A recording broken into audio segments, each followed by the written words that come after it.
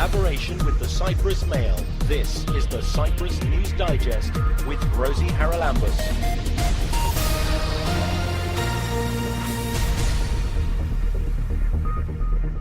Coming up on the programme this week, the NASA Space Apps Challenge takes place this weekend.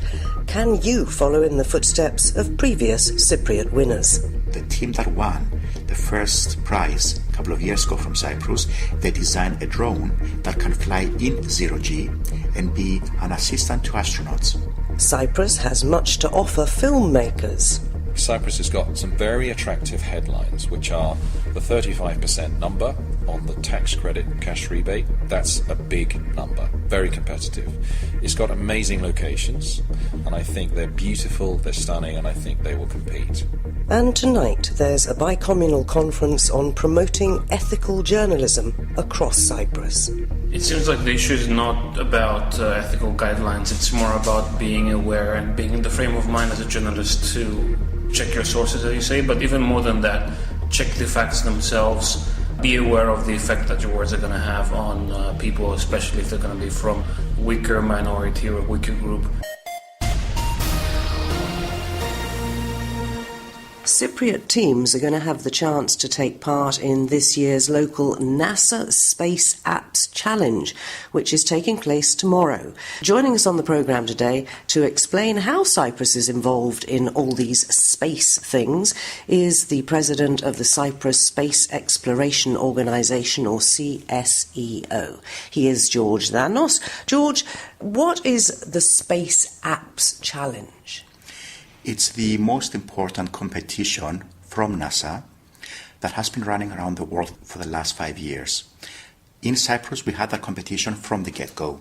So we had this competition for 5 years, and the purpose of this competition is to give to young people the opportunity to solve space-related problems that do have an impact on our everyday life. So we're not speaking about setting satellites or complicated problems like that, but smaller problems that are related to engineering, science, even anthropology. So the important part of this competition, it's a hackathon basically, that the people that take part have 48 hours to solve a specific challenge. In Cyprus, among about 200 countries that take part, we had 3 times top wins. For example, twice we had a first prize and once a second prize. Now, that is unique for our island, and the chief scientist of NASA, who is here in Cyprus, has commented on that this is a blip in the statistics, that an island so small has got so many successes. And he's trying to understand the reason behind that. And he's going to be mentoring the people who take part in this, isn't he? Yes, that is correct. Dr. Green will be at the competition. He will open the competition with his welcoming remarks. And after that, he's going to sit with the teams and mentor them. That is an absolutely unique opportunity for our young scientists, even for students, because we are asking students to participate even from the age of 13, 14. Age is not one of the criteria. What is criteria to take part is to have a bright mind, to like the positive sciences, STEM in effect, and be able to innovate and work in a team of 2 to 5 people in order to produce your solution of the challenge. Right, now NASA, of course, associated with the USA, but Europe has a brilliant space program in Copernicus, and I know that when I went to the European Space Week in Estonia last year, that there was a whole thing there about apps and the use that the data that's coming from space can be put to. So do you also ask our bright minds to contribute to the European space program in this way as well? That is correct. We had that competition. It's called Act in Space, which is of the European Space Agency in cooperation with the French Space Agency. And we had that last June in Cyprus. And we did have an innovative project that was proposed from the local teams. Now, this one specifically is the NASA equivalent and the first and most important such hackathon in the world. So if the apps all come out tomorrow, and even perhaps there'll be winners and so on, what use are those apps put to? Does entry into the competition mean that NASA takes them over? Because you've also got to think in terms of, you write a song, you want to get your copyright and you want to get something back from it. So what's in it for the people who come up with these ideas? That's a very interesting point. What I'd like to say is that when we say apps, we're not speaking about phone apps per se. It could be one of those, but it could be something much more complicated. For example, the team that won the first prize a couple of years ago from Cyprus, they designed a drone that can fly in 0G and be an assistant to astronauts. So we're talking about full-scale applications, whether those are in software or in hardware. Yes, but do they get the payback from their idea? Now, like with every hackathon, the competition will not fund these to be built, but it will provide the necessary support to facilitate that happening. No agency will take the idea to use it. Well, that's the point, isn't it, really? Yes. I mean, you're talking about inventions, whether Yes. they be software or hardware. Yes. And they always do say, inventors, that you should never share your bright ideas because you'll lose them. Yes, that does happen. But let's be realistic here. If we have a bright idea and we win at such a competition, and then we get the support to set up a startup, and that's what the organization is doing, helping our teams set up a startup, patent any of their ideas, receive funding. We're not going to give the funding, but we will facilitate such opportunities. Then you might end up having your own company working in the space industry. Now that is a unique opportunity. And the space industry is going places, there's no doubt about that. Yes. From the things that I've seen recently. That's where humankind seems to be looking for the answers to the problems that we have already created on Earth. I think that the next technological revolution will be the space revolution. Like we've seen the internet being the big revolution that is all around us, the next one is space. And at the moment, the technologies that it brings back to our everyday life are tremendous, from the MRI technology to the coating of the glasses for sun protection, the skin protection from UV, the understanding on how the atmosphere works in order to protect our planet, the GPS, navigating aeroplanes and all sorts of vehicles on our planet, protecting the environment, weather forecasts. All these things are derivatives of space technologies. So yes, this is an absolute revolution coming from the space industry to help Earth and the environment, to protect our planet. But what I would like to say on top of this is that this time Cyprus has got a unique aspect in this competition.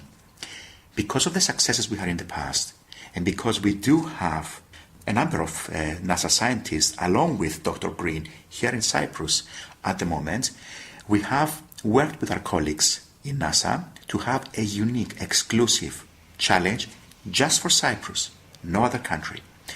That challenge is not a technological challenge. It's more of an anthropological, societal challenge. We anticipate that in the next decades, we will set a base on the moon. The question is, how do we man that base? From which countries? What expertise do these people have to have? Do we take scientists, or do we also take carpenters? People that can create the environment, psychologists, doctors, and women lawyers, who can have babies. women that can have babies, and every aspect of society that will make sure that that society will survive and thrive. That's a fascinating, totally new idea in a sense, and maybe not as distant in the future as we think. No. But for people who've heard what you've been saying and are interested in the challenge, Yes. It's starting tomorrow morning, and I think they're going to be working all the way through Saturday until Sunday afternoon. That is correct. Is it too late for people who want to get involved to register? No, this is the right timing. Basically, what you need to do is arrive tomorrow at the location, at the venue, which is Παλιά Αγορά Παλαιριώτισσας, basically the municipal multifunction center. You can find the event by just Googling that event, and you must be there 11 o'clock in the morning. To register on the spot? On the spot. Do you need to have a team, or are you going to put people, individuals, together to work and brainstorm? Both these solutions work. Either you bring your own team there, up to 5 people, or find others which might be like you on your own and create a team there and then. So you need to Google the NASA Space Apps Nicosia Challenge, and all the details will come up. Should be a fascinating weekend. Thanks for the explanation of what's going to happen to George Thanos, who is the president of the Cyprus Space Exploration Organisation. Listen online to the Cyprus News Digest on YouTube or at cyprusmail.libsyn.com. The latest program is uploaded every Friday, and if you missed one, you can catch up there. At the Cyprus Film Summit 2018, which aims to bring film companies from around the world to the island in order to prepare their films here, film them here, possibly even do post-production here. One of the visitors from the UK was Richard Johns from Corona Pictures and Television. Richard, why did you come to this summit? Did it also tell you what you hoped to hear, and will you be coming back in a production capacity? So I was invited to come, and I feel very lucky that I was invited to come. Cyprus is somewhere that I've been aware of as a location, but as a filming location, this is new, and this is exciting. The work I get involved in is feature films and high-end TV drama production. We conceive, develop, create, produce, and then distribute films and shows around the world. So I'm very much involved in international co-productions, and have spent a lot of time both in other continents but also other parts of Europe. And the market for filming, as it's now becoming, is very competitive. So a number of countries around the world in Europe are introducing regimes which are favourable to filmmakers, which allows them to either reduce the taxes they pay in return for a guarantee of employment. And essentially that's the contract you make if you come to Cyprus or you come to other countries that have these facilities, is you spend money and there's an incentive to do so.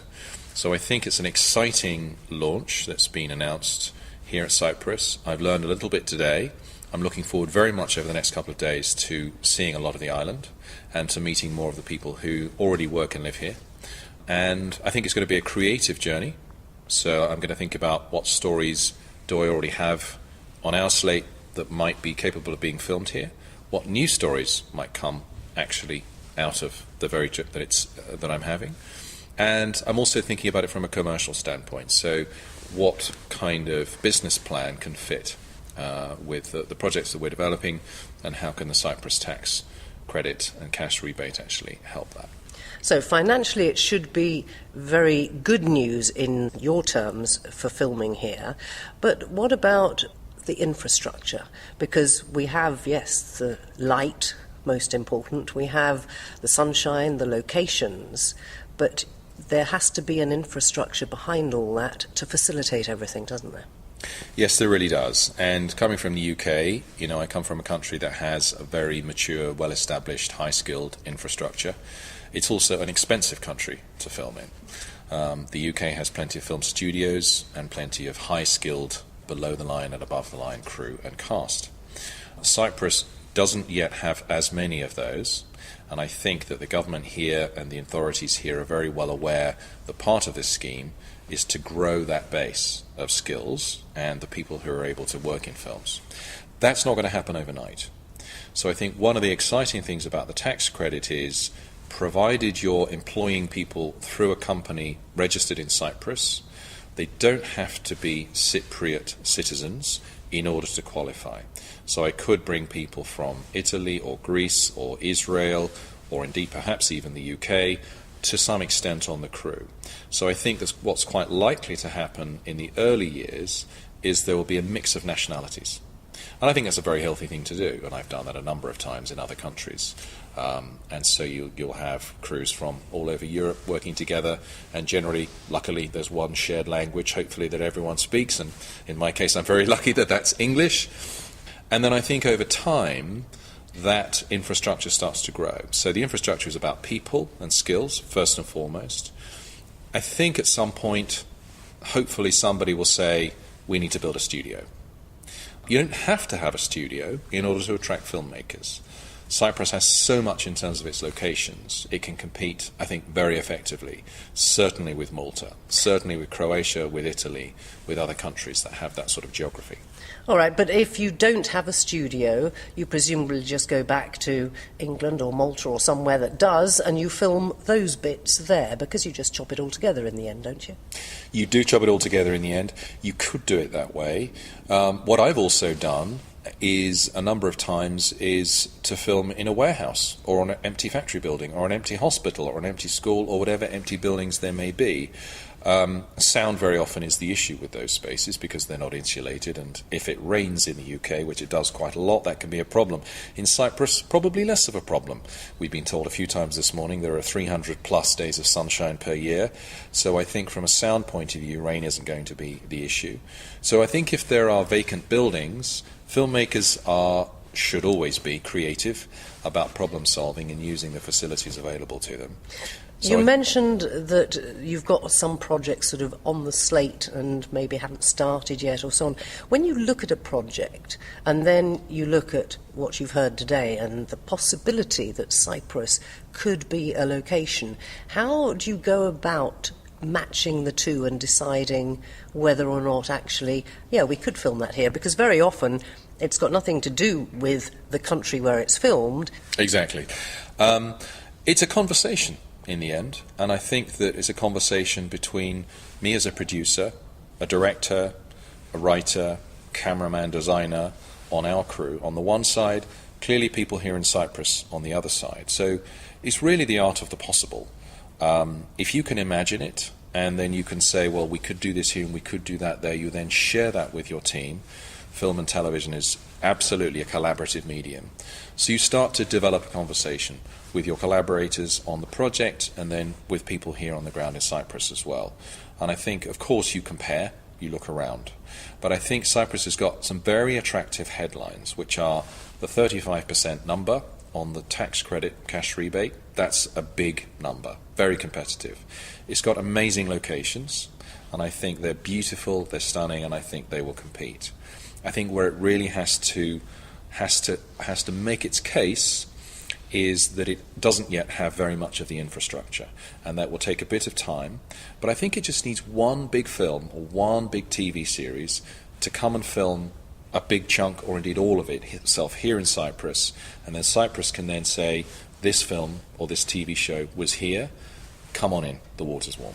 So it's early days yet, but other things like the actual cost of living for the crew while you're here, how competitive is Cyprus in that field? And indeed we do have some very talented people in our own film, small industry though it is, in our own film industry.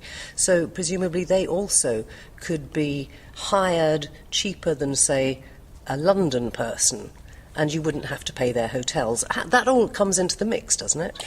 Very much comes into the mix, and yes, I'm very well aware that there are a good number of very talented and experienced people here already, and I'm looking forward to meeting more of them. I've met a few this morning and last night.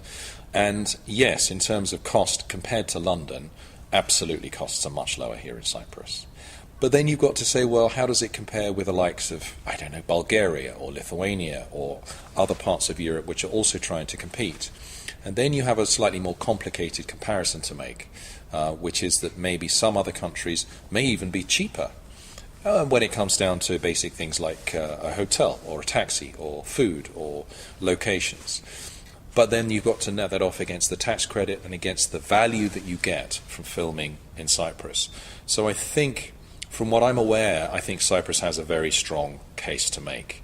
And I think it's going to take a producer like me to say, okay, let's bring this show here and we're going to make it happen. And once that's happened, I think that will win hearts and minds in the wider international community. We're looking forward to it. That is Richard Johns from Corona Pictures and Television, who was one of the attendees at the Cyprus Film Summit. This is the Cyprus News Digest with Rosie Charalambous. At the Home for Cooperation tonight at 7 o'clock, there's going to be a conference called Promoting Ethical Journalism Across Cyprus. The speakers come from both the north and the south of Cyprus. They are Sami Ozouslu and Yorgos Kakouris. They join us now to tell us why we need a conference on promoting ethical journalism. Sami, let's start with you. Actually, we are invited for the conference, but ethic and ethical things are important for everybody. In every job, we need law rules, and also we need some rules which is ethical. In journalism, in general, in the world, the media has the ethical codes. So we have to follow what's the good journalism doing in ethical area. That's why we need to update our information and our vision, and we have to try to do our best, because after especially the social media came as a competing the traditional media, this became much more important. Because ethics don't exist in much of the social media. Yes, in social media everybody can give you information, but without any journalistic checks, and the fake news are very often we are facing, and this making the journalism as an enemy to the people. So good journalism is an enemy of the bad journalism, and also the non-ethical issues. So apart from this, in general, we have lots of things to do in our island, because we have a conflict. We need to understand each other. Not only each other, because not only Turkish and Greek Cypriots have been living in the island. There are many communities, many minorities, many foreigners, and we have to be careful when we use even a single word. We have to touch them in a bad way. Let me bring George in here, because it's the same problem that we've got in the south of the island, isn't it? Yes. And that is basically shoddy journalism. People don't check their facts, they don't check their sources, and they use inappropriate language very often, which is okay in an opinion piece, but it shouldn't be in a news piece, I think. It seems like the issue is not about ethical guidelines, it's more about being aware and being in the frame of mind as a journalist to check your sources, as you say, but even more than that, check the facts themselves. Be aware of the effect that your words are going to have on people, especially if they're going to be from a weaker minority or a weaker group. Be aware of what's going on. Well, the shoddiness is a side effect also of the market. We have to talk about that and how it affects, because we can talk all we want to fellow journalists about the ethics of calling migrants by the proper wording, or double-checking a news item that seems to spark hatred between the two communities. We can talk about all we want, but often most of our colleagues right now don't have the time to do that. They work in conditions that make ethics almost a luxury, even though it's not. It certainly shouldn't be. It shouldn't be. How far is this need for ethics recognised both by the owners of the media, who have their own agendas very obviously, and sometimes expect their journalists to go along with those agendas at the cost of ethics? Well, it definitely is understood by a lot of the owners and bosses, in my experience, but a lot of them don't care or don't understand maybe that there's an issue with certain things. We're talking about different models of journalism. Now you have a lot of websites running and having to get the hits immediately, and a lot of the established organizations have to resist the temptation to do the same thing. Being first is not any good if it's not factual. And also it's tiny things that we keep discovering right now, like during the whole abduction story of the two kids in Larnaca. The whole media circus around who the abductor is and the kids' names and keeping the pictures of the kids up long after the fact.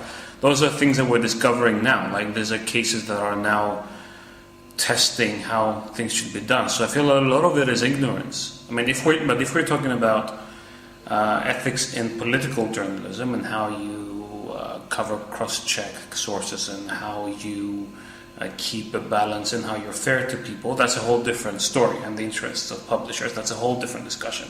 It's also in ethics, but it's not necessarily what everyone is concerned about most of the time. So what are you both going to be concentrating on tonight when you speak? Because it is difficult sometimes to separate, particularly in Cyprus, the reporting of the other side and the general news reporting on your own side. First of all, I'm planning to draw a picture of what's going on in the Turkish Cypriot media and what is the basic problems on ethical field, and also what kind of activities we have been trying to do against to the ethical issue. We have a media ethical board, and there is a similar board in the south, and they have some cooperation sometimes. But I am planning to give some information. For example, the criminal issues on top of stories right now in the Turkish Cypriot media recently, because there are many criminal issues, including the killing, the murdering issues as well. And the stories from court, especially, and the criminal issues, there are many things that it is against to the ethical codes. Giving the name publicly without judgment process. Prejudging issues and things like that. Yes. What about oversight? I mean, we do have, in theory, standards committees. Mm-hmm. Do they work? They do, at least in the south. They have started making interventions. Our ethics committee, they do make interventions about things like that. It's easy for it to fall into to be involved in the conversation of politics. Someone makes an intervention from the oversight board, but people reject it because they consider it political, even though I haven't seen a partisan decision of that extent. Well, oversight in journalism can only be consultative. You can't and you shouldn't tell journalists what to do unless they're doing something illegal. And even if you try to tell them what to do, they won't do it. It's the nature of the job. The issue is that there should be education. We should be educating ourselves and each other on how to cover the other side, and we should be coming in contact with the other side and with the communities and with people that have a different viewpoint on how Turkish Cypriots, migrants, smaller communities are being covered. If it doesn't start from the practitioners themselves, there's nothing we can say tonight at the So it's really up to journalists themselves to make sure that they know what they should and shouldn't do in terms of the way they influence people, because everybody would admit, I think, that a lot of people believe what they read in the newspapers. Yes. They believe what they're told if it's on the television or the radio, whereas the consumer also surely has a little bit of a responsibility to educate him or herself to how they consume the news and to question it. Journalists surely accept that what they write is up for question. That's a wider discussion on education of people and journalists themselves, and it's much wider than what we can do as practitioners. Though Sami, as a member of the board of the union, of the Cyprus Cypriot journalists, not the workers' union, but the other union. Yeah, the association. He's more involved in giving the guidelines and giving direction. But still, we were discussing this as practitioners of journalism mostly than people that can tell others, especially colleagues, do this, do that. We can't. As Turkish Cypriot media, we have some successful stories on the ethical issues, especially the bloody photographs after the car crashes. It was very useful before. Now it is very rare. Even we won against it because it was a really psychological high and a bad effect on the society and especially the children. Also the suicide stories. And we won again the suicide issues. nowadays the suicide stories are not as such stories. So For it's cutting media- out sensationalism, actually, to a Basically, degree, isn't yeah. it? It's going to be an absolutely fascinating discussion. It's happening tonight at the Home for Cooperation from 7 until 9 p.m, and I suspect that they'll be chatting long after that, promoting ethical journalism across Cyprus. And our thanks to Sami Ozuslu and Yorgos Kakouris, who are the speakers, for joining us.